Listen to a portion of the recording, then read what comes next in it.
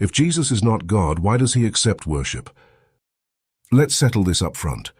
Worship is a big deal in Scripture. Throughout the Bible, only God is worthy of worship. Angels refuse it, men reject it, and even Jesus himself affirms the command to worship God alone. So why would Jesus, of all people, accept worship? Take Matthew 14:33. After Jesus calms the storm, his disciples worship him, exclaiming, "Truly you are the Son of God." This leads to a vital question for skeptics. If Jesus wasn't God, why would he allow something reserved only for God to happen? Let's explore this together. In the Bible, we find clear examples of both angels and people refusing worship. In the book of Revelation, when the Apostle John tries to worship an angel, the angel rebukes him, saying, "Don't worship me, worship God." Similarly, when Peter is mistaken for a deity and someone bows to him, he immediately stops it, declaring, "I am just a man."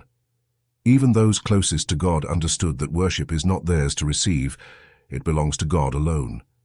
So why is Jesus an exception?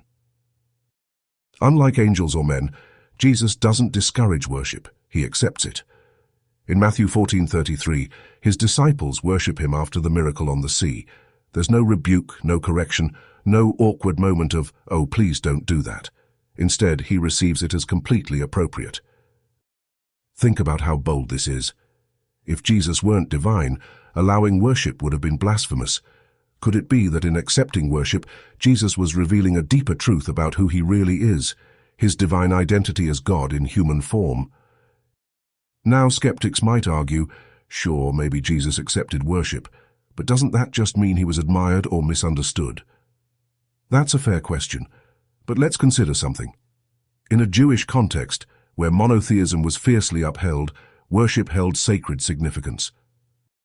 If Jesus allowed his disciples and others to worship him without hesitation, he was either endorsing blasphemous idolatry or he was confirming his divine nature.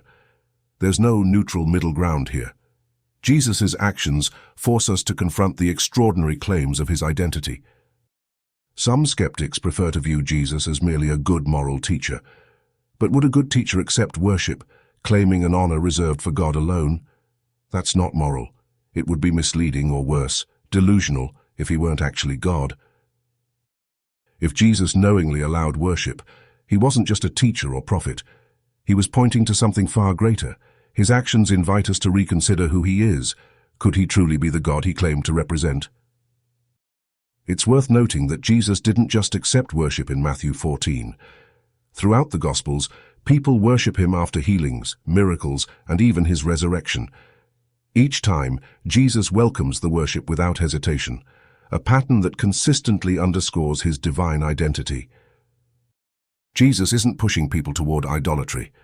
He's affirming the truth those moments reveal. He isn't just a man or a prophet.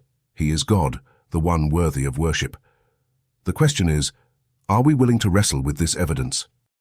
If Jesus claims divinity through his acceptance of worship, it challenges modern skepticism.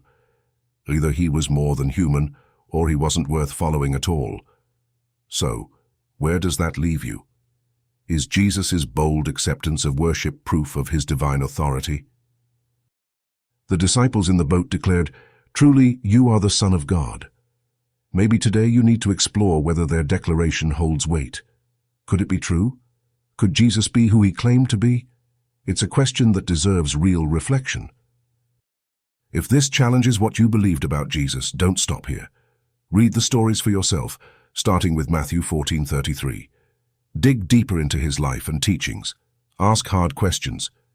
Because if Jesus is God, his acceptance of worship changes everything, including what that means for your life.